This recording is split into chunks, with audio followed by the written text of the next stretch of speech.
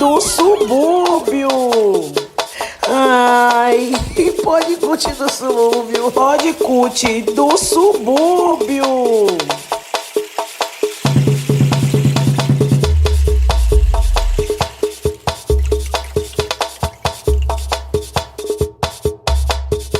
Pode curtir do subúrbio.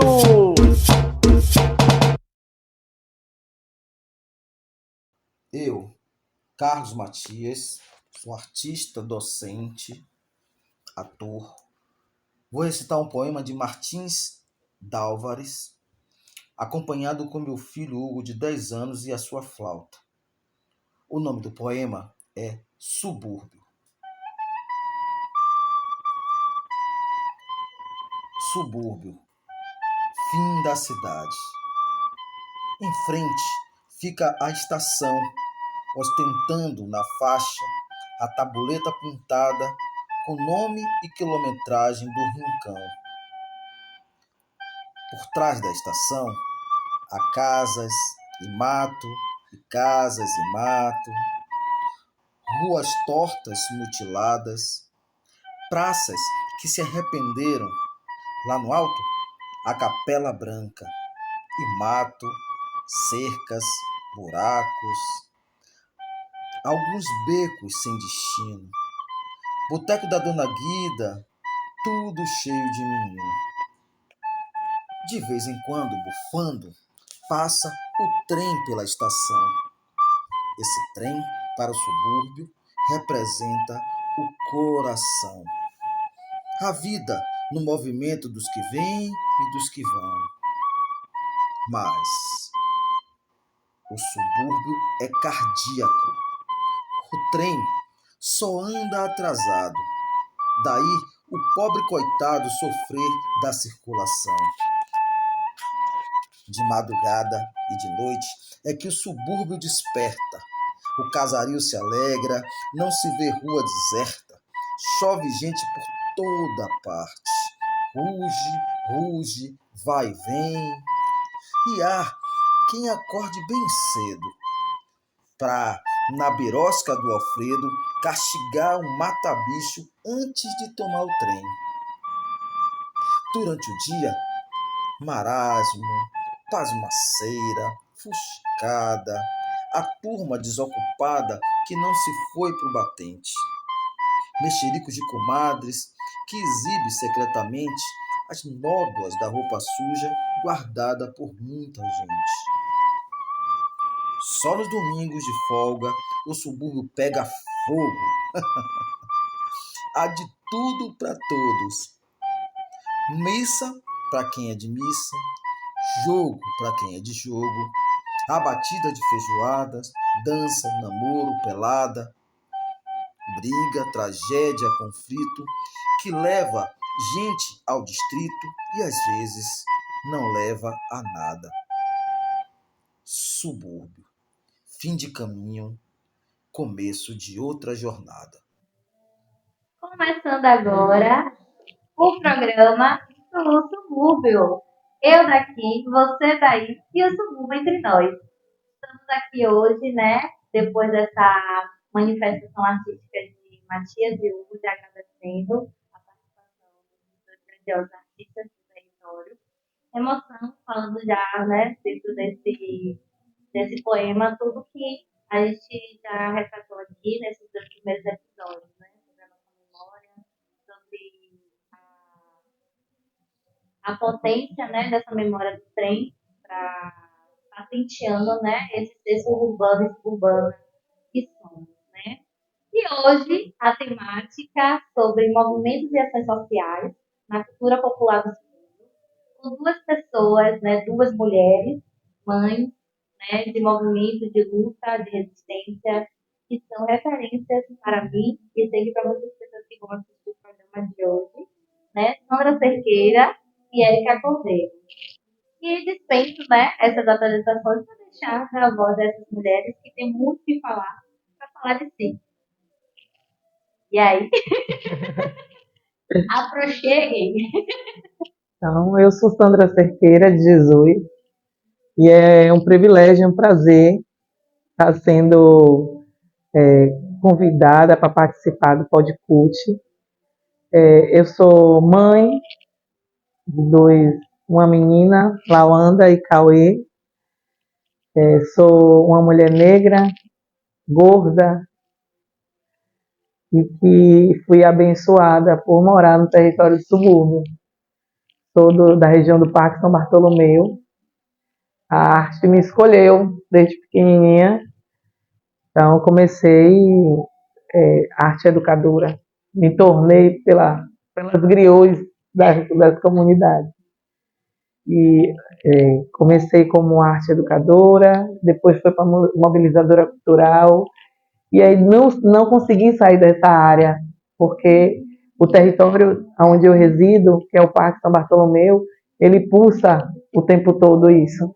É uma área remanescente de quilombo, a quilombola zeferina, lá habitou os índios tupinambás no Parque São Bartolomeu.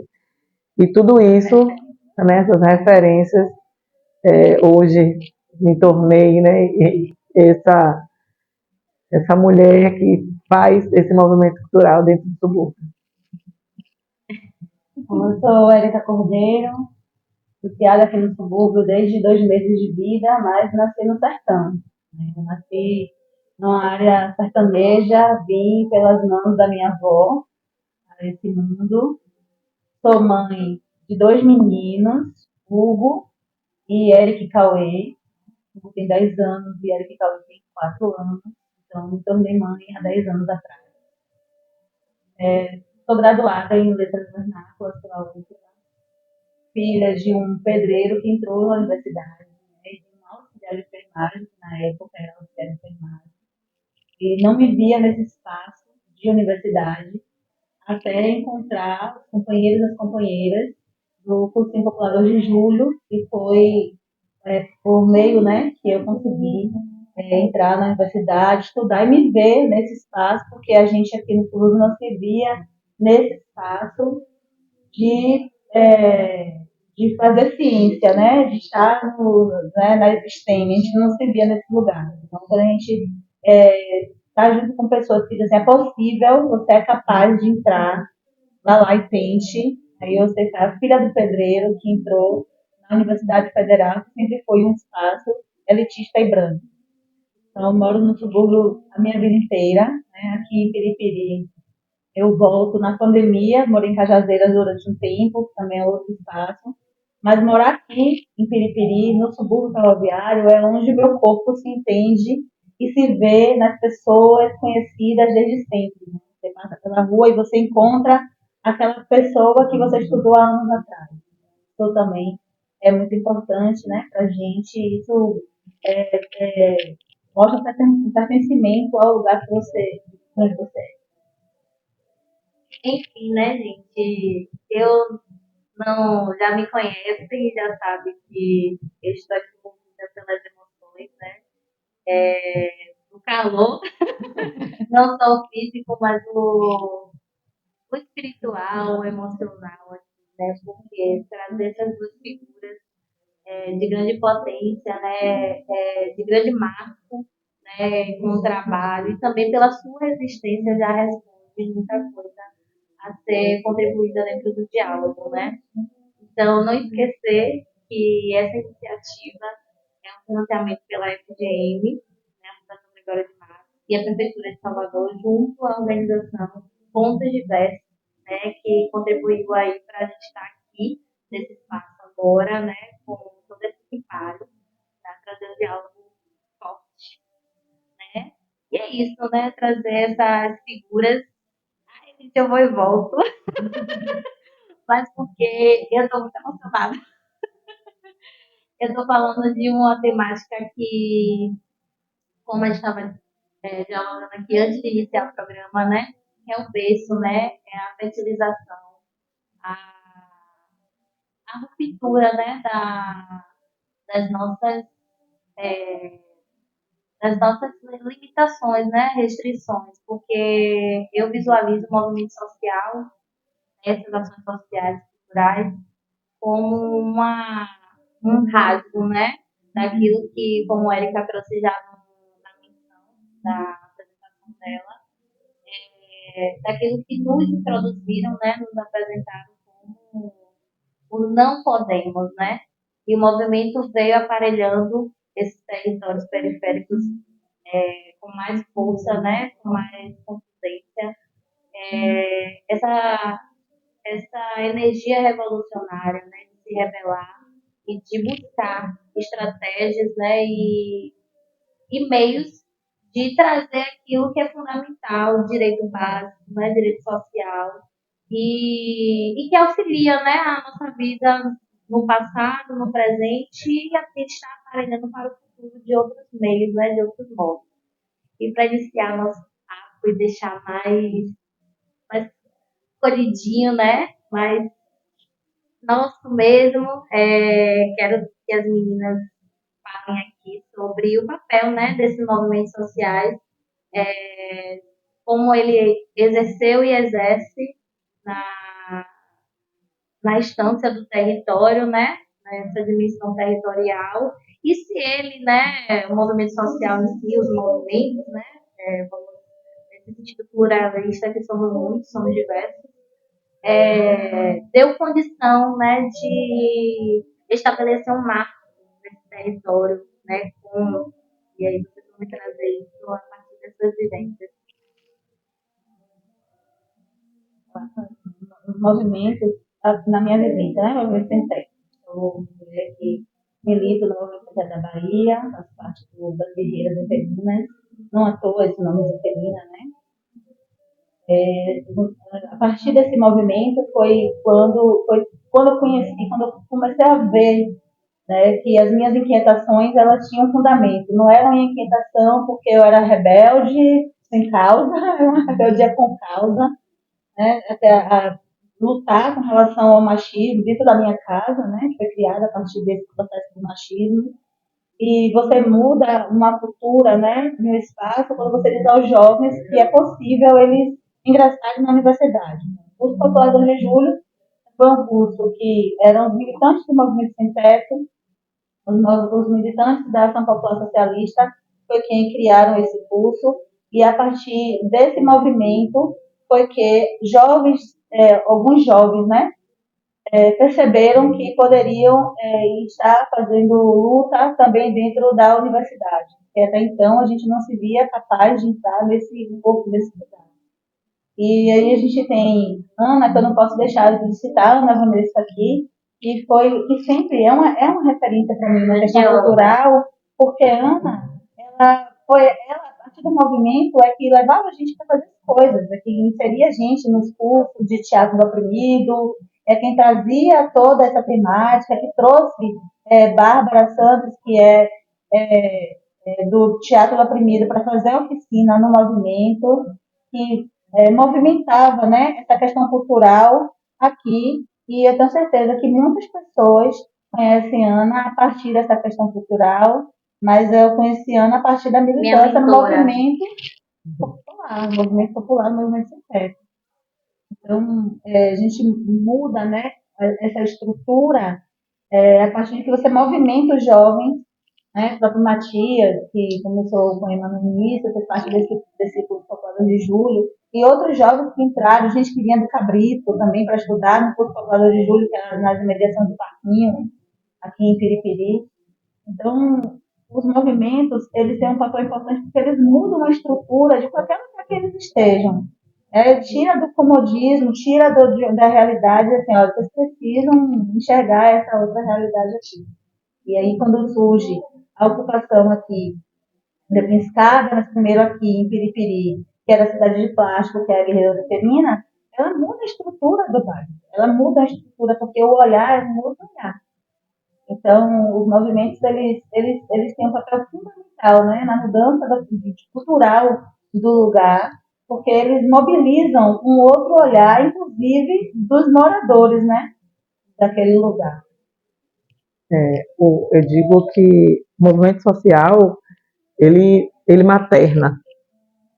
Ele materna porque ele identifica questões que do cotidiano de quem está ali na comunidade. E as pessoas que estão fora dessa comunidade jamais vai entender que uma criança, ela é prioridade absoluta.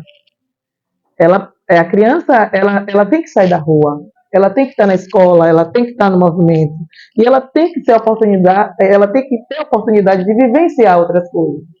E a Igreja Católica, ela trouxe um curso de dança afro lá na comunidade do Cabrito, e desse curso de dança afro, ela entendia que aquele território que pulsava cultura e aquelas crianças que ficavam ali transitando pela rua poderia fazer algo diferente. E daí eu entro nesse curso de dança afro, ali na mediação do Cabrito, e ele ofereceu o curso e depois foi fazer outros movimentos. E daí eu estava, uma menina de 9 anos, e vou fazer o que aqui agora com essas meninas? Juntei as meninas e disse, vamos dançar. Mas dançar por dançar? Lá já tinha outros jovens que estavam iniciando esse movimento de querer ingressar na universidade. E disse, não, vocês vão dançar e a gente vai dar aula para vocês de português, de matemática, que aí o Cabricultura inicia com os jovens na época, que queria fazer algo inquieto de muitos jovens na comunidade, querendo de fato ingressar no espaço que nunca seria possível para a gente. Porque o território, mesmo tendo essas potências, a gente ainda é deficiente de educação. E as nossas crianças, elas ingressam na escola muito tarde, não tem creche. Quando tem poucas vagas. Poucas vagas. E, então, ali a gente se juntou para atender uma necessidade que na época era tirar as crianças da rua e os meninos começar a praticar o que eles queriam, que era dar aula, vivenciar outros espaços. Daí surge o Cabricultura, um movimento que atendia o reforço escolar e atividades culturais. Atividades culturais. Dessas atividades, que esse movimento que eu digo que materna, ele começa a ganhar um corpo com esses jovens. E aí vamos chegando perto, vamos vendo as necessidades do esgoto, que está ali gritando, o que é que faz? Né? Da criança que está fora da escola, como vamos ingressar ela nesse movimento? E aí surge o Cabricultura com essa proposta de impulsionar aquela comunidade. Mas não era só isso. E como esse território do Parque São Bartolomeu, ele impulsiona a gente a trabalhar, porque tem muita coisa ali. Ali é palco de muita história, de muita força, de muita garra, de muita ancestralidade. E a gente precisa ensinar às crianças a história da sua comunidade. Por que Parque São Bartolomeu? O que é que teve aqui? O que aconteceu? Uma reserva de Mata Atlântica única em área urbana e perpassa por vários bairros do subúrbio ferroviário. E ali a gente tem o lazer, a cultura, tudo dentro das nossas mãos, sem saber entender o que é aquilo que move quando a gente chega e que arrepia, né, ao som das árvores, sem saber que ali teve uma mulher que comandou um quilombo como a Zeferina. Então a gente fica se perguntando hoje, aqui em Piripiri, né, como é que a gente se encontrou? De onde vem essa força? Essa força é movimento social. Exatamente isso, né? Com essa contribuição das meninas, a gente não pode fugir que o assunto chegou à educação, né? Porque eu acho que a primeira forma que o Estado se ausenta e violenta, né, qualquer espaço periférico é a ausência de uma educação de qualidade. E eu acredito que essa criança na rua que Sandra traz é essa criança que está em uma família desestruturada economicamente, né?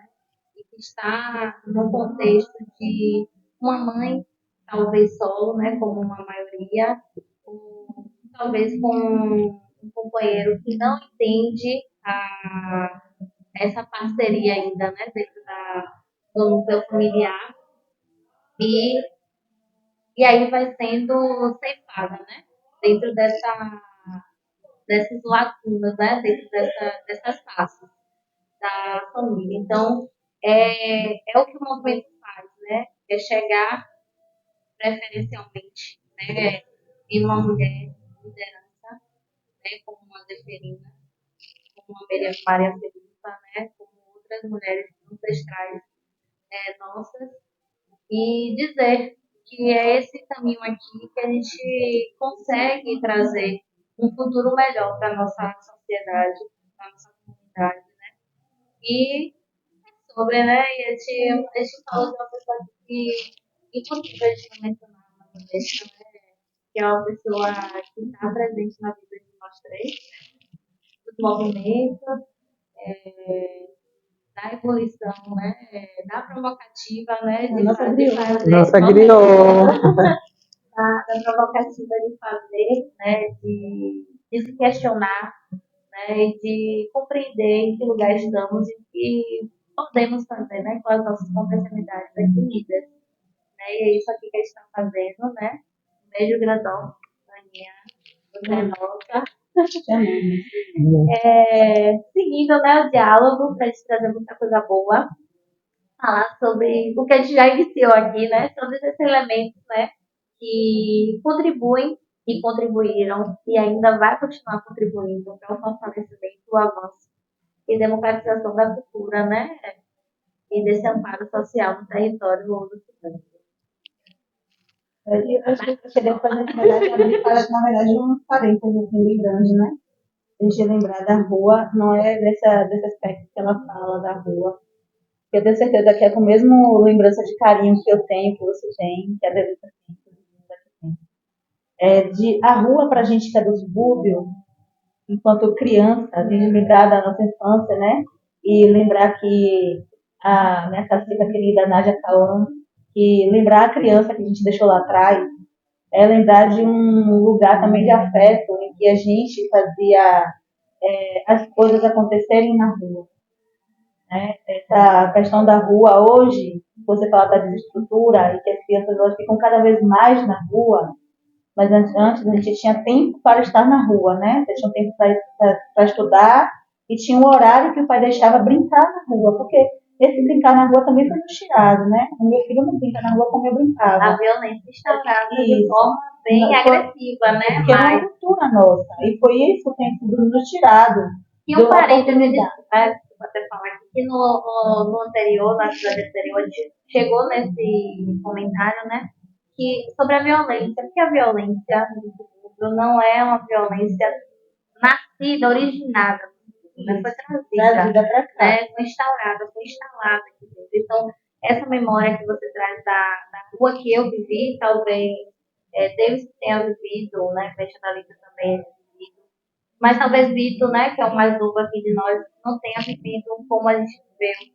É essa política, né, genocida que vem propriamente para tirar a gente desse lazer, desse cuidado, né, desse cuidado.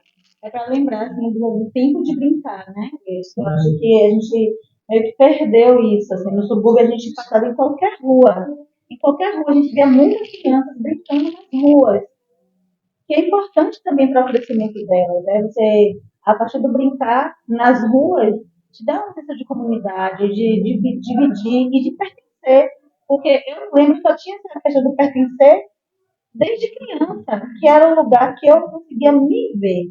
Eu ia para a casa da minha mãe biológica no Garcia, não conseguia me ver, não conseguia sentir que eu estava em um lugar que ela não tinha rua para brincar.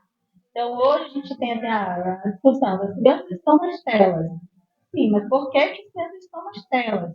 Será que é culpa de nós, mães, de pais, que deixam as crianças na tela para não estar vivenciando uma violência que está muito gritante na rua?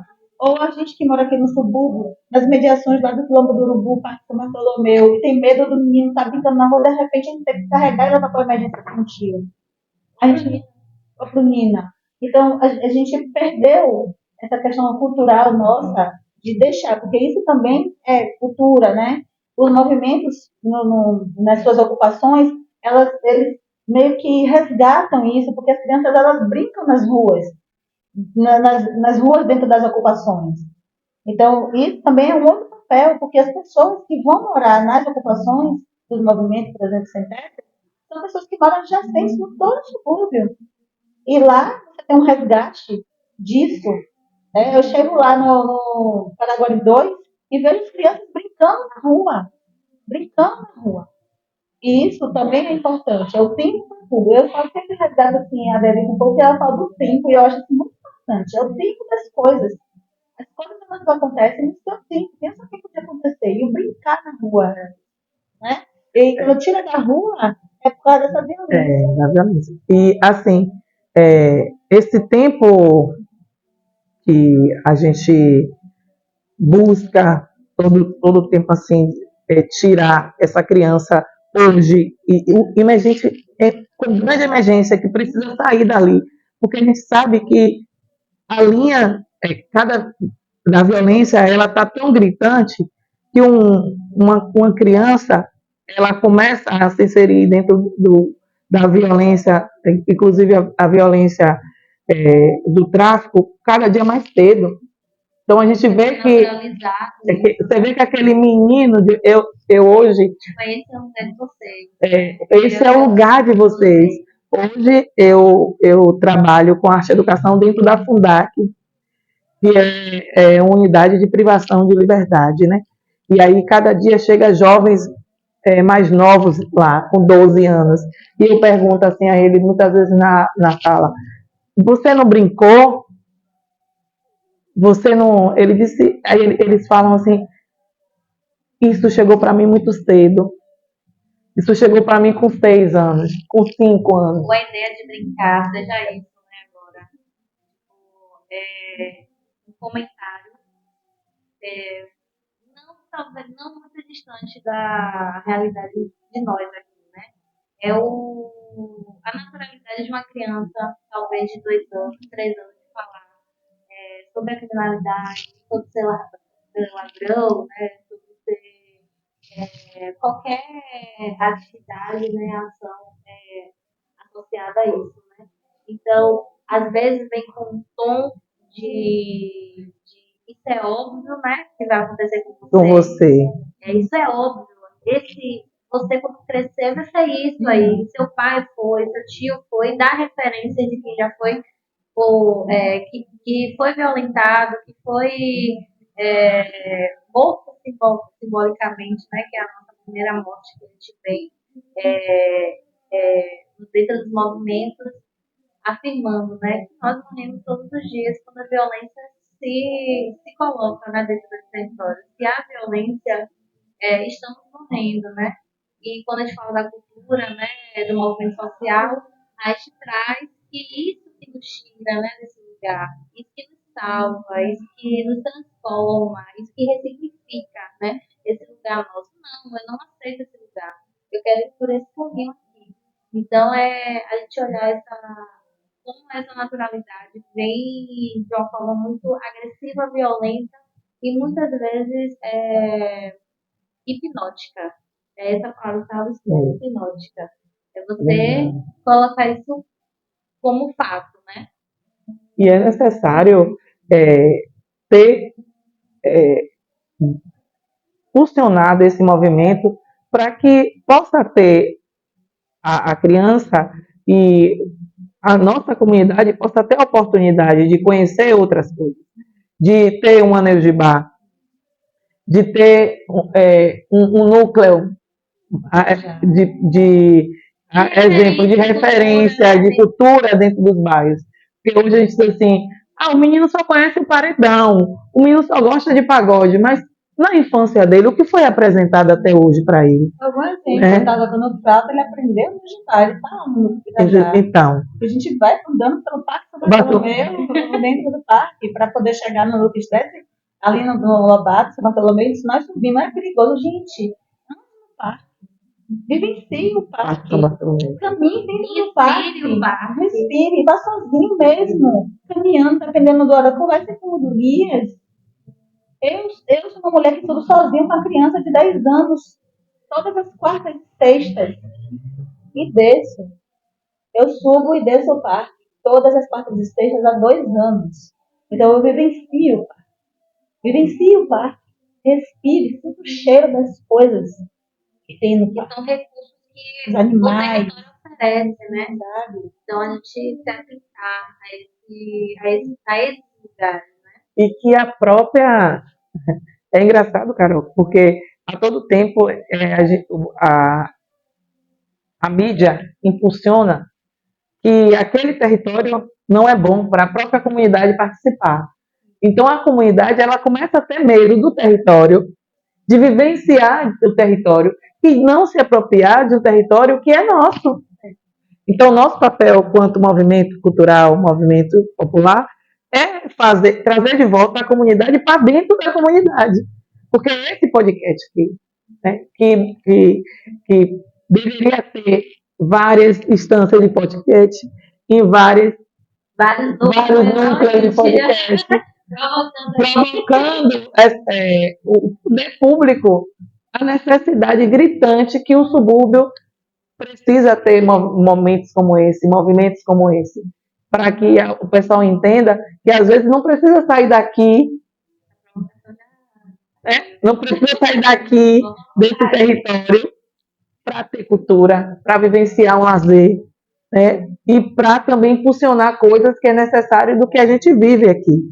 É gritante a gente ter núcleos de outras instâncias para que a gente possa participar e estar presente dentro disso. Vai pensar no nunca, né? Nunca. Nunca é gente, querido. É uma provocação, né, da professora Delita, junto a nós, né, vamos aqui trazer isso para nós mesmos, né, que é um projeto para nossa gente, né, que é uma coisa de referência cultura, dentro aqui do território, pensando em todo esse amparo, né, que é não só pensar nas atividades artísticas, né, mas colocando elas como grande relevância, né, grande importância, mas trazer os outros serviços, né, e ofertas de atividades e produções que atendam a nossa comunidade em uma gama, né, uma dimensão muito maior. Mas não fujam de mim. Eu falei sobre os elementos, né, para o fortalecimento. Eu sei que o papo bullying a gente, né? Provoca a gente a pensar várias coisas e pensar no território como um todo, né? Porque pensar em movimento social é pensar no território como um todo. Porque o movimento social está em todas as faces do território, né? Desde a saúde, a educação, desde a assessoria jurídica, né? A todas as faces artísticas e culturais, pensando nisso mesmo, né? Como a melhoria para a comunidade, né? Mas é os elementos para o fortalecimento da nossa democratização do território, né? Como a gente pode conseguir atribuir, né? A gente já conseguiu atribuir de alguma forma, mas de uma forma estratégica mesmo, né? Como é que a gente pode pensar nesses elementos para o fortalecimento da nossa democratização? Aí passa a bola.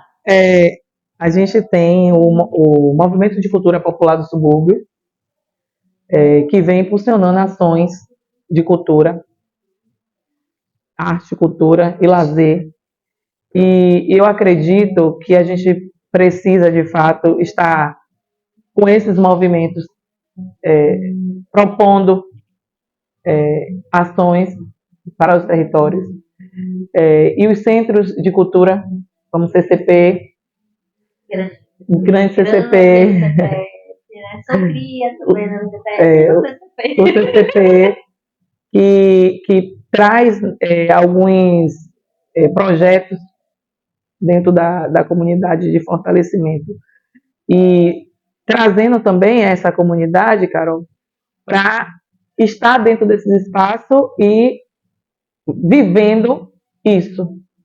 Então, produzindo uma pessoa para trabalhar dentro dos espaços culturais, né?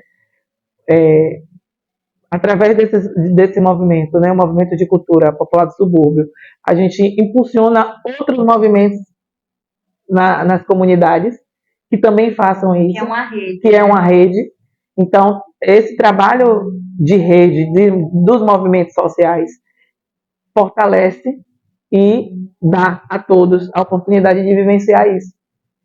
E eu acredito também que essas redes que a gente faz, como o Zeferina, como a ação lá do Parque de Pirajá, que traz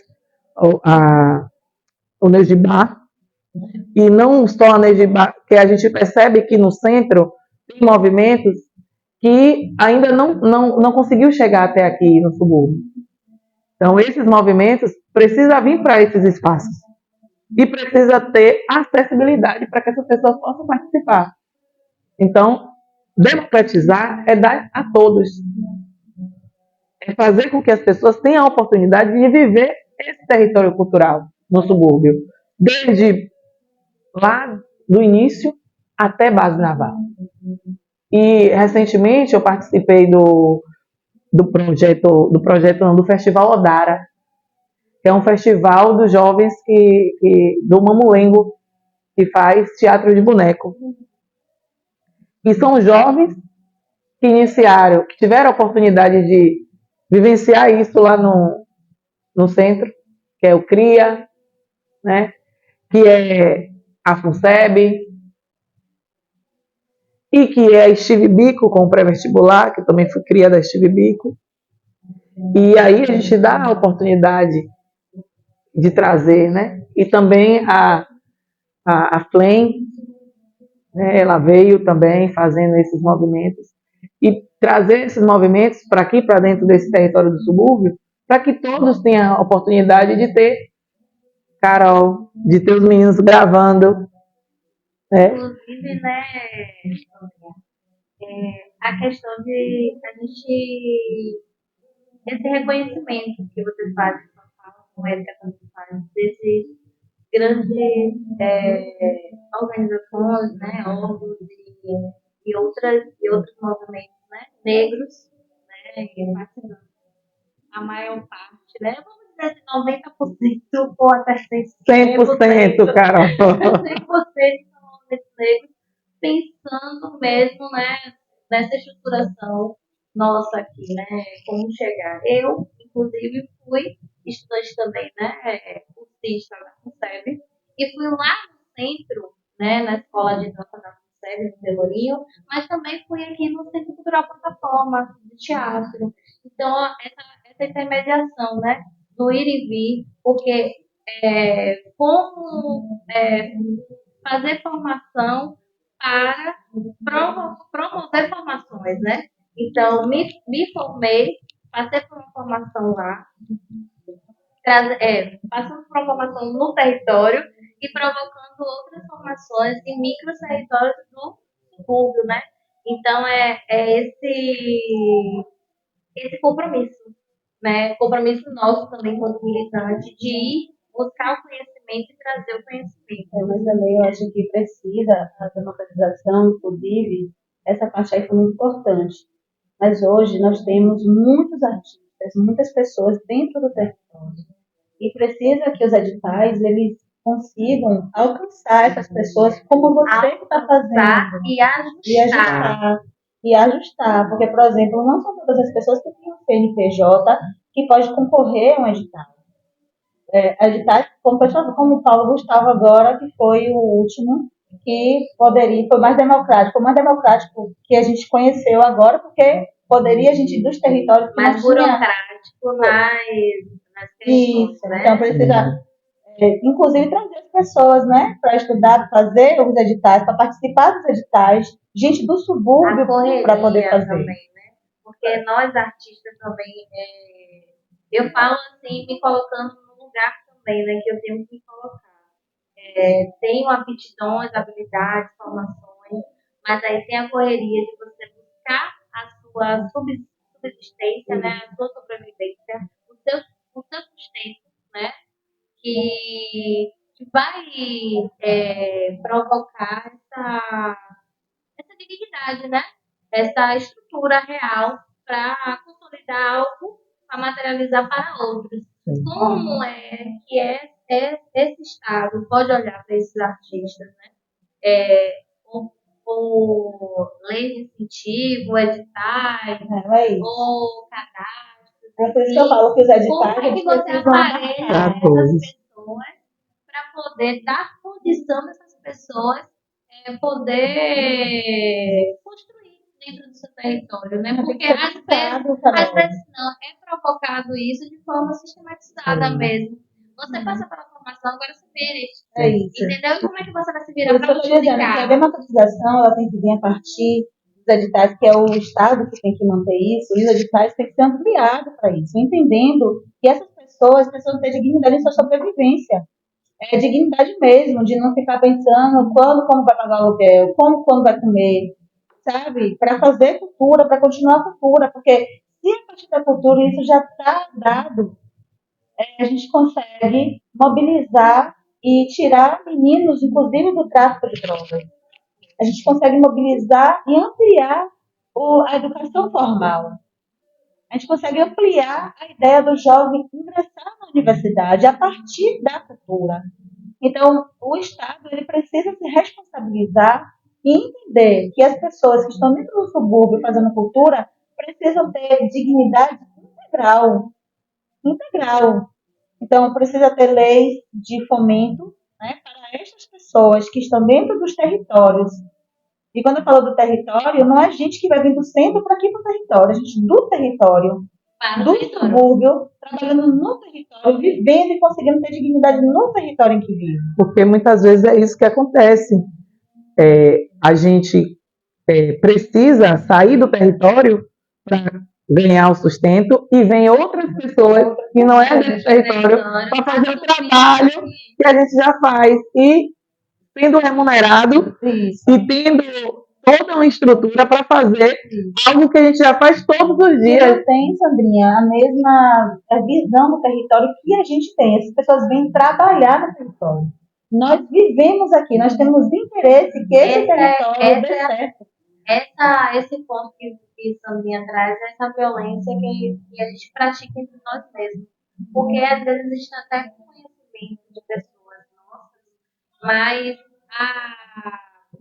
talvez eu não sei se é o receio de não dar funcionalidade, talvez a busca não vai tão profunda, né, dentro do território, e a gente acaba chamando aquele colega que fez o curso formativo lá no TCA, né, na FUNSEB e outros espaços, lembra daquele colega, mas o seu vizinho que está fazendo o mesmo trampo de som, ou de audiovisual, enfim, né, de teatro, e você não bate na porta para poder chamar para os projetos. Então, esses atentos, né, que a gente tem que ter o tempo todo para garantir espaço, né, para essas pessoas. Né? Quando a gente se consegue um espaço dentro de um órgão desse, a gente tem um compromisso muito mais cobrado.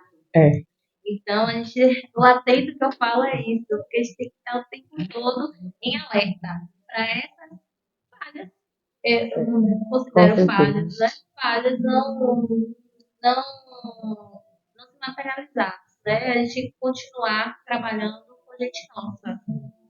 E assim, Carol, quando a gente fala da importância de ter esses editais que abarque nossos griots, porque eu sou fruto de uma griot, alguém da comunidade, aquele jovem que estava lá, que me contou a história da comunidade e que eu, desde criança, entendi que era importante a manutenção dessa história para me manter viva, né?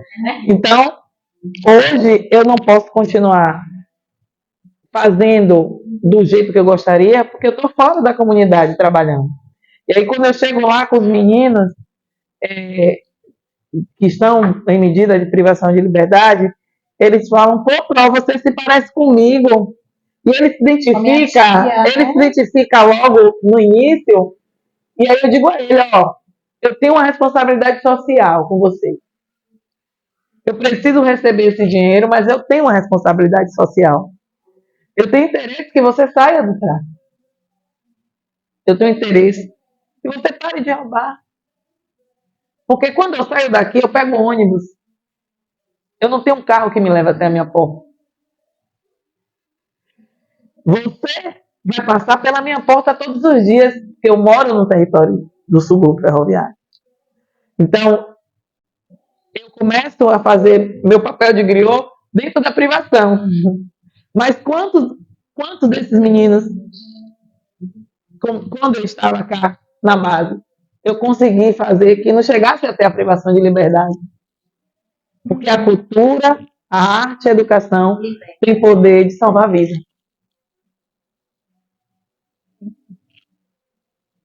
E como é especial isso, né? Quando eu estava no meu Gibá, eu vivenciando o meu Gibá há 2 anos, né? Em Pirajá, que eu acho que esses núcleos tinham que ampliar para todos os territórios, não só porque, imagine, Pirajá é um núcleo que está na periferia do sul, que atende todo o subúrbio, mas nem Não tem todas as acessibilidade. pessoas não têm uma acessibilidade. É mais complicado eu chegar em Pirajá do que eu chegar no Parque Queimado. Porque no Parque Queimado eu tenho um ônibus direto para chegar no Parque Queimado, e é mais longe daqui. Como os horários das aulas sempre é o horário oposto, né, do horário de estar estudando, sempre tem uma certa dificuldade, e a gente enfrenta nesses 2 anos a gente tem enfrentado várias dificuldades para o conseguir chegar no meu Gibá.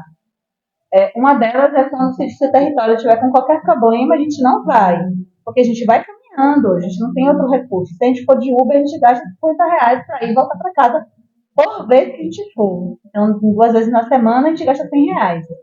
Então, isso não é popular. Isso não é popular. Isso não tem como ser popular.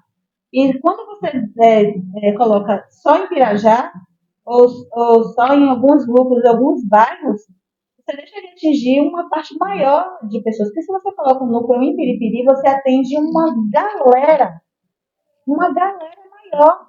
Porque você vai vir gente de Paripe, vai vir gente de Alto de Cotos, deve gente Aí de você já Terezinha, está tentando os diálogos públicos, né? Institucionais.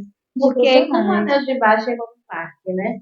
Como a Anel de Bar vai chegar no Piripiri, então Isso. Em plataforma. plataforma e nos outros bairros do território, porque é, é o que eu venho trazendo, não dizendo que a responsabilidade é só nossa, mas de a gente estar nos lugares, Isso. porque até isso, né, acaba perdendo oportunidades, né? Não estando nos lugares, a gente não possibilita uma funcionalidade melhor de um trabalho como esse. Então, é, é a forma de você indicar alguém, né? Mas essa instituição também, ela tem que se responsabilizar para trazer pessoas, né? Que tenham essa competência e essa habilidade de trazer esse núcleo para esses espaços, outros espaços. Você como mãe também, claro que é óbvio, eu acho que você já provocou lá de como é que a Nujibá vai chegar lá no meu Mas o bairro. próprio Estado, porque o Unegibá, ele é uma iniciativa filantrópica, mas também com fomento do Estado. Então, o Estado ele precisa Mas aí entender também essa traz a responsabilidade. Neugibá chegar até o órgão, né, até o Estado, Criar salas de escola. instituir esse projeto consolidado para ir para outros espaços. Olha, o levantamento que a gente teve foi de X crianças. Se a gente levar para esse território, uma mãe falou. Então, é sobre isso que eu estou falando, dizendo que a gente tem que fazer, não. É da gente provocar, porque nós somos os receptores do momento, né? E eles se colocarem na condição de preparar um momento, né? Uma forma, né? Um projeto político para atender esses lugares. Eles precisam nos escutar, né? Ele precisa escutar mais as mães, os pais, os moradores da periferia, quando for fazer os seus projetos, abrir plebiscito e nos escutar, porque a gente precisa que cheguem as coisas aqui, mas a gente precisa que chegue de nós para nós. O Estado ele tem a obrigação de fomentar isso, mas ele também tem a obrigação de nos escutar, que só quem vai fazer acontecer. Eles podem colocar o projeto que eles quiserem aqui, mas quem vai fazer acontecer são os moradores dos territórios. Para seguir aqui, a gente já permeou, né, nessa próxima etapa, né, nesse próximo tópico, mas eu gostaria que vocês falassem com a experiência, né, de estar como pessoas figuras do Estado, né, como figuras do Estado, mas também como pessoas do território, né, e de movimento. Como é que as iniciativas, os movimentos, as organizações, elas se assumem, né, dentro da sua essência cultural, provocando esse distanciamento entre a cultura dominante e a contracultura, né? Falando desse lugar, né, dessa questão em si do espaço do poder. Porque a gente mencionou aqui agora sobre a necessidade de estarmos nesse lugar, né? Érica está também, como funcionária pública, né? E Sandrinha também. Então, eu Como acho reda. como renda, né? Mas dentro do espaço público, né? Vamos dizer, ser equipado. Isso aí. Também, né? Eu não citei no começo, mas estou como secretária, né? Parlamentar, deputado Wilson, né? Mas não estou na questão cultural, sim, na área ambiental, que é uma parte que me movimenta, né? É por onde eu me movimento, é por essa questão ambiental, faço parte da militância da Liga Terra dos Povos, que é uma articulação, né? Do campo, da cidade, do quilombo, popular, né? Indígena, preta. Então a gente vai caminhando por esses lugares, né? E a gente percebe que mesmo estando nas camadas, né, que vai fazer as legislações, propor os projetos de lei, a dificuldade de se pensar, né, da cultura, porque não é como é que eu posso dizer? Uma questão massificada, né? Uma questão massificada na cabeça das pessoas. E que não é uma disputa. Não é uma disputa. Não tem uma disputa, assim. Não deveria existir. Na verdade, é porque quando você vai pensando nos mandatos, tem umas coisas muito emergentes de luta do momento, daquela coisa assim que às vezes você foge até de um planejamento, porque você é procurado para aquela coisa ali que está sendo oprimida, aquela comunidade que está passando, aquele quilombo que está sendo vítima da especulação imobiliária, daquela comunidade quilombola que está sendo vítima, inclusive, do Estado, do próprio Estado. E que a gente tem que ir obrigado a parar de fazer determinadas coisas para brigar com relação a isso. E isso também é brigar pela memória, pela cultura. Porque, por exemplo, lá em Ilha de Maré, lá na parte do quilombo de Bananeira, tem várias disputas que a comunidade tem que enfrentar lá, né? Inclusive, quando você briga por esta comunidade, a partir de um eixo ambiental de direitos humanos, você também está dizendo que aquela comunidade ela precisa existir na sua integralidade, na sua integralidade cultural, inclusive, né? E isso também é fazer uma disputa. Isso também é estar nessa contra-hegemônica, né? A hegemonia, ela tenta dizer assim, não, agora que a Petrobras vai entrar com tudo, vai colocar metais pesados na água e vocês têm que ficar lá. Quando uma comunidade ela pede socorro a um parlamentar, é porque elas não conseguiram resolver por outros meios. E aí essa questão de você brigar por outras questões culturais, às vezes vai ficando, se você não tiver uma outra equipe que vá mobilizar isso, você vai pelo que é emergência, porque a emergência é a questão da vida das pessoas, vida, né? Dos metais pesados que estão sendo colocados no território, em Maraú, que está sendo cercado todo o território, por gente que tem dinheiro, pelo Estado, pela Prefeitura, que libera licenças, né? Boipeba, que está sendo vendido 25% da ilha. Então, a gente tem muitas coisas. A privatização dos parques, 5 parques na Bahia, com risco de privatização, e o quilombo do Urubu é um deles, o Parque São Bartolomeu. Então, a gente acaba sendo engolido pela própria perversidade estadual com relação aos territórios. A gente vai brigando com relação a isso. E aí essa coisa, né, da cultura, se nós não nos mobilizarmos e pressionar e dizer, olha assim, a gente existe, cara, somos eleitores também, precisamos movimentar isso quê? Precisa fazer um projeto de lei com essa base e fundamentar esse projeto e entregar. Infelizmente, a gente tem que fazer esse papel de entregar bonitinho. Né? Vamos dizer assim, é ter esse trabalho que quem deveria fazer não éramos nós. Não, a gente acaba fazendo um trabalho que é do Estado. A gente faz um trabalho do Estado, a gente acaba fazendo um trabalho do Estado. Porque no momento que você pega, você escreve um projeto e você coloca tudo mastigado lá, quem deveria ter, e você não faz com recurso. Os recursos são humanos, os recursos é você que está fazendo esse levantamento, você não tem nenhum momento que eu falo assim, ó, nesse momento aqui a gente vai fazer um edital para os griots, os mestres e mestras da comunidade, fazer esse levantamento aqui para a gente. Vamos puxar a jovem, a juventude dos territórios que estão fazendo arte, que estão fazendo cultura como Carol, como os meninos que estão aqui gravando podcast, para fazer esse levantamento, mas eles vão ser remunerados para isso. Não, a gente precisa fazer um trabalho das tripas coração, sabe? Mobilizar gente que às vezes faz 40 horas. 40 horas. Para fazer um trabalho de noite ou no final de semana, que é o dia que a gente tem para fazer arrumar a Casa, cuidar das crianças, cuidar da gente. fazer aquele trabalho mais elaborado que você não tem tempo de fazer com a criança durante a semana, para estar fazendo luta, porque a luta não é opcional para a gente.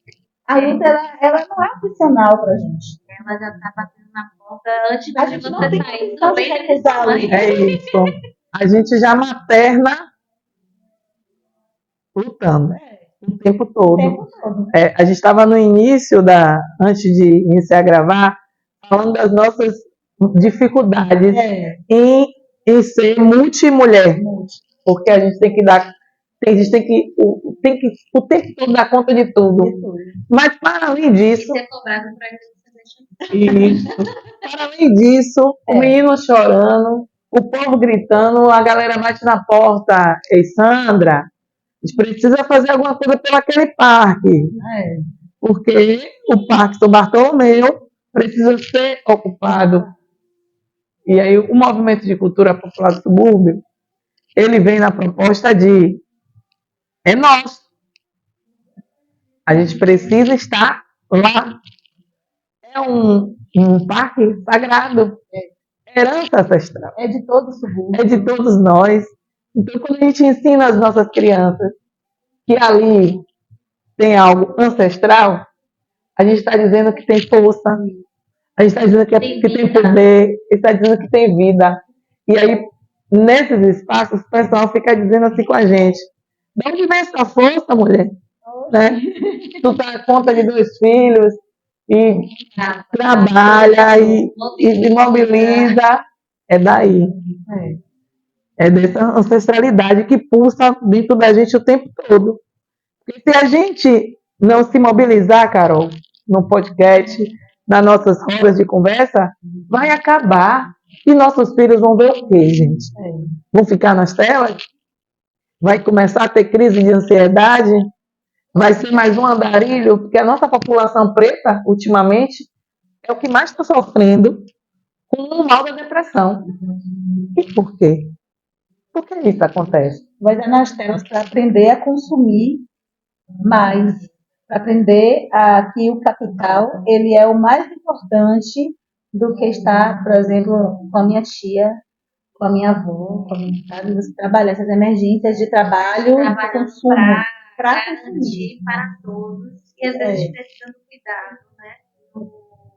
E o acolhimento para nosso núcleo, né, menor. Sim.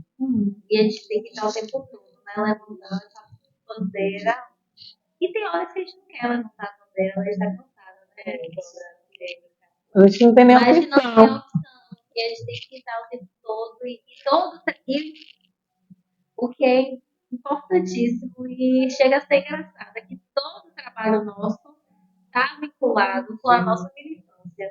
Então a gente não para, a gente não cessa, né? Então sempre está uma coisa qual é a missão, né, que a gente deixa, né, de impacto, né, de retorno devolutivo para a comunidade, todo o trabalho que a gente faz. É isso. E dessa deixa aqui, né, que Sandrinha trouxe, a gente vai agora conferir o vídeo, né, uma produção gravada no Ocupa Parque, né, anterior, no mês passado, 4 de novembro, né? Com a nossa assistente social, militante. Nossa, né? Nossa, Cristiane Lopes, né? Não é moradora efetiva, né? Mas ela já tem um cantinho dela lá, já resguardada há anos na ICPS. Um beijão, amiga. Vocês vão conferir agora o vídeo do Ocupa Parque. Pode curtir do subúrbio. Meu nome é Cristiane Lopes, faço parte do MCPS, Movimento de Cultura Popular do Subúrbio. Atuo aqui junto com o movimento desde 2009, nessa perspectiva da dinamização da cultura no local, em especial aqui no Parque São Bartolomeu.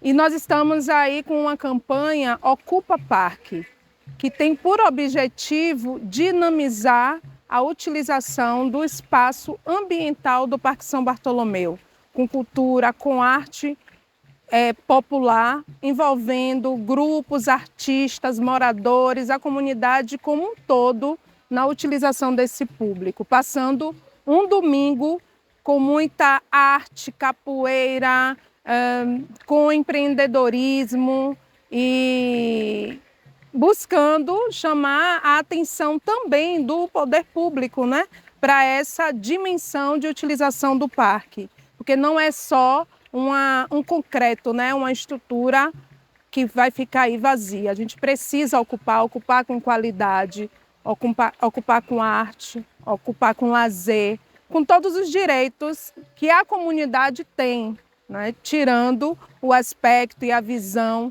tão deturpada que temos desse espaço, né, que ficou aí culturalmente conhecido como um ambiente violento. Não, o parque é vida, o parque é lazer, o parque é direito, o parque é acessibilidade. E nossa comunidade do subúrbio precisa saber disso e engrossar esse caldo, engrossar essa campanha e participar também. Então, gente, vocês conferiram agora, né, o vídeo de Cris, né, maravilhosa, grandiosa, e a gente já passa, né, para a Sandrinha. Eu acho que a Sandrinha tem muito o que falar sobre o Ocupa Parque. Então, primeiro eu quero convidar ao todo o território do subúrbio a conhecer o Parque São Bartolomeu. Ali, como eu disse a vocês, pulsa história o tempo todo. Primeiro, habitaram os índios tupinambás dentro daquele território.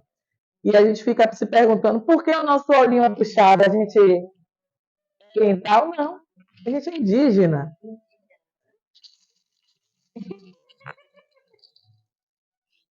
Então, ali habitaram os índios tupinambás. E logo após os índios tupinambás, veio o quilombo do Urubu, chefiado por uma mulher zeferina. Né? Uma mulher que chefiou um quilombo por muito tempo dentro daquele território. Para além disso, tem área ambiental, cachoeiras, em área urbana, animais, né? Fauna, flora ambiental, tem tudo ali dentro. E a gente precisa viver isso, se curar. E aí minha parte é religiosa, né? Nossos ancestrais, que nos sustenta, que nos segura. Hoje é sábado, licença aos mais velhos. Não sou da religião de matriz africana, mas eu tenho um pertencimento a isso, que é meu também, é nosso. Né? E assim, gente, é uma área que você chega, uma área ambiental que você chega, e você parece que está em um ambiente fora de Salvador. Você vai para uma outra dimensão. É gostoso de viver aquilo, de trazer os seus filhos para conhecer aquilo ali. E não tem corpos, como a mídia diz. Tem cultura, tem arte, tem educação, tem lazer, tem um verde. Então, a gente precisa se apropriar de um território que é nosso. E o Parque São Bartolomeu é nosso. Precisa levar as crianças para conhecer. Precisa molhar o pé na cachoeira, conhecer a represa, a barragem do Cobre. E a gente traz uma programação multicultural para esse parque. Então, quinzenalmente, a gente está lá, movimentando arte, cultura, lazer, impulsionando o esporte. A gente impulsionou agora a galera sair do seu sentido de sedentarismo, se movimentar de alguma forma. fazer um alongamento, fazer uma caminhada.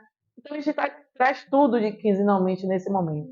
A gente faz um pacote, pacote de arte, de cultura, de lazer, para que as pessoas possam se sentir à vontade dentro daquele território que é nosso. E conhecer, né, Carol? O subúrbio é um território gigantesco. E a gente não conhece ainda um terço dele. E aí você vai perpassando, né? Eu fui lá para Base Naval, lá tem um quilombo do Tororó. E lá tem as tradições, tem os costumes, e tem o samba, né? E a gente vai se munindo dessa história e dessa cultura que é nossa. Cada dia que a gente chega em um território desse, nós se fortalecemos, porque os griôs de lá nos ensinam mais coisas, mais coisas, mais coisas. E é esse nosso papel, e que perpassa por nossa vida. Então, esse momento aqui gostoso de estar, em um sábado de manhã, falando de algo que é nosso, de nossa cultura, de nossa identidade, de movimentos que trouxeram a gente até aqui e que fizeram ser quem eu sou hoje, que fizeram ser outros jovens, outras mulheres como vocês estão aqui hoje. Né? Então, trouxeram Ana Vanesca, Raimildo Carvalho, minha mãe, Iraci Cerqueira, que é uma grande referência, e veio do interior para uma cidade grande e vai morar onde? No subúrbio ferroviário. E aí veio morar no subúrbio ferroviário, onde tinha terra para nossa gente. E por muito tempo ficou sem esse pedacinho de terra, mas desde cedo trouxe comigo a importância de conhecer a história, as tradições e de respeitar também essa história. Antigamente, eu digo sempre, as tias e as vizinhas nos criavam, porque a minha mãe saía para trabalhar e eu fui criada pela rua. Era a rua mesmo, porque a rua, quem era a rua? Era a rua da Dona Jovem, uma senhora que ficava lá na porta, que quando eu passava, ela entre. Eu também tinha dona jovem. Também dona jovem, tem uma mulher de terreiro. Ela fazia passar, ela estava de olho fechado. Se eu passasse, não pedia benção. Depois ela falou com meu pai, desse, aí vai pedir a benção da dona jovem. E eu morava no morro, gente. Eu tinha que subir as escadas e voltar para pedir a benção da dona jovem. E ela ficava ali na porta, de olho, ó. Todo o movimento da gente. Da gente. É um olhar, É o olhar. É o olhar da rua, Ancestral, do Dona Jovem presente. nossas mulheres, né, nossas pessoas conectadas. Então, na tarefa das demais, né, uma olhar o que das outras, né? Então, a gente nunca vai se desassociar, né, dessa história que nos foi deixada. Mas é isso, gente, muito papo bom. Muito papo bom. Eu sei que estamos aqui com muitas coisas guardadas e vai ter outros momentos para a gente conversar, né, papear, compartilhar, contribuir e sonhar junto, né? Porque aqui a gente fala muito de sonho, né? Muito de narrativas que nos aproxima, muito mais aproxima do que nos distancia, né? Vou pedir para as meninas fazer as considerações, né, de tudo que a gente conversou aqui, com uma mensagem. Eu acho que toda militante, né, todo militante onde pisa, né, onde acessa, deixa uma mensagem, um legado. E eu tenho certeza que vocês têm um legado aqui para deixar. Eu vou pedir licença, né, aos meus encantados, aos caciques, a toda a minha ancestralidade, né, que pulsa o tempo todo em mim, a Maiá Muniz, que às vezes eu já recorri para dizer, eu estou me sentindo muito triste hoje, não dá um canto para mim, e vai dizer, minha filha, suba com seu maracá para algum lugar quieto e vá se conectar com seus ancestrais. E aí, quando a Sandrinha falou sobre os pinambás, né, que estavam ali naquela área, naquele lugar, e aí eu sempre lembro e vou recorrer sempre a esse lugar, né, da teia, que foi o lugar que proporcionou de estar junto, né, com os indígenas, com os os que primeiro habitaram aqui, né? E eu vim lembrando de uma música que, na última encontro que a gente teve, o Cacique Ramon cantou duas vezes. E aí eu vim me lembrando disso porque é uma questão nossa, cultura ancestral, e que a gente tem que fazer o tempo todo essa disputa de memória, né? Aí diz assim: Entrei na água, tomei voltar, de longe, muito longe, eu avistei Ará. Tua casinha, coberta de tapé, teu arco, tua faixa, tua cabaça de mé.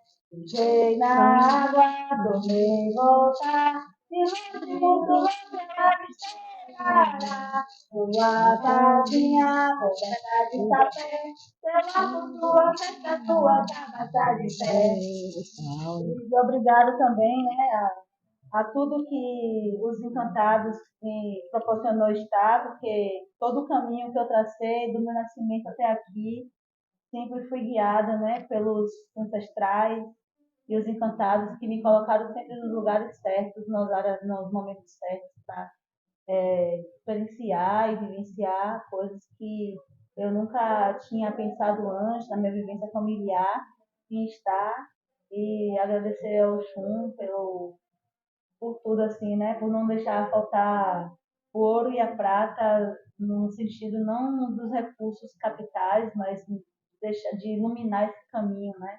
De trilhar esse caminho na militância para um pensamento anticapitalista mesmo. Sou uma mulher que meu pensamento é todo voltado para o anticapital, mas que quer viver, né, com dignidade, e quero que os meus e os outros vivam com dignidade também. E é isso. É uma mulher que pensa na coletividade, né? Nas questões ambientais é o que me move. Estamos aí para brigar e fazer o subúrbio ser mais movimentado de outras formas, visto de uma outra realidade. Nós não somos só violência, nós somos cultura, nós somos muito mais do que algumas mídias propagam. Oi. Não, que gostoso. Que bom de participar disso. É, eu vou. Eu fui programada para não dar certo, né? Eu nasci para os outros dizendo não vai dar certo, é muito retada, é muito danada. E essa menina que com certeza veio de lá da África, né? Veio de lá, tem suas histórias, tem sua base, tem sua resistência, daquele povo que aqui chegou e deixou essa força para a gente, essa resiliência de todo dia ir tentando viver dentro dessa adversidade que é a nossa vida, de ter que dar conta disso tudo. E eu vou trazer uma música de Raimilton Carvalho, que ele fala um pouco do espaço da onde querem botar a gente como mulher. E a gente já resistiu a todo esse sistema machista, capitalista, que impulsiona todo dia, né, o jovem e a mulher preta a estar sempre em um espaço que não é para a gente ocupar. Nosso espaço é onde a gente quiser estar feliz, né, na universidade, na comunidade, na nossa casa com o nosso familiar. É um lugar de afeto. E esse afeto não vão tirar isso da gente. Nós somos uma pessoa que temos muito afeto pelos outros. E essa teia de cultura, de arte, de movimento vai continuar. E eu espero que depois que esse financiamento desse programa tenha outros financiamentos, Carol, para você continuar lindamente fazendo isso aqui.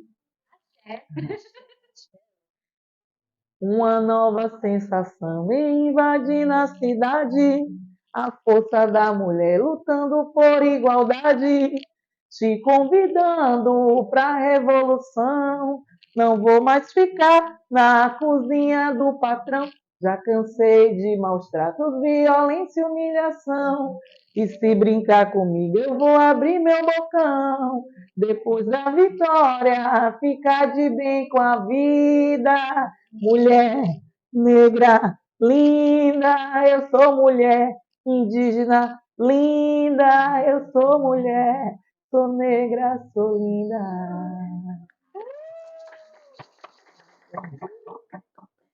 E eu fico sem palavras. Só agradecendo mesmo a participação de cada uma e de o que cada uma representa, o que cada uma traz, cada uma tem na bagagem e as pessoas que trazem com a gente, né? Os agradecimentos não fica centrado em quem está na mesa conversando, mas sobre o que a gente está conversando, sobre quem, né? Quem são, né? Não é quem é quem somos, né? Pedir licença também, né? Ao mulher da chefe, terreiro, agradecer pelo sábado sagrado, né? O dia mais. Essa linda, as águas solenes, né?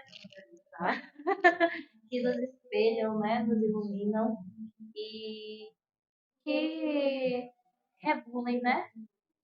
Que as correntezas, que a gente não é contra a correnteza, né? A gente tem um lado oposto, talvez, mas a gente usa mais águas, né? É isso, gente. O programa chegou ao final. Seguem aí as nossas redes sociais, @PodCult Griot do Subúrbio. Se liguem na campanha Eu Sou Griot do Subúrbio e até a próxima. Beijos e cheiros.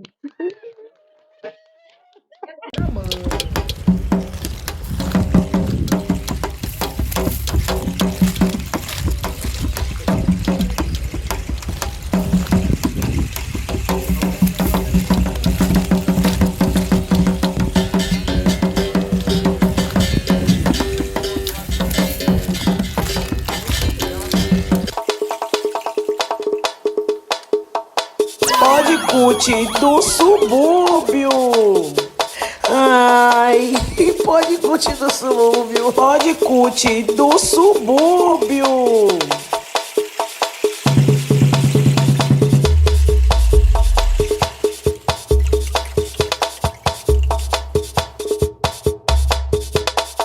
Podcast do subúrbio.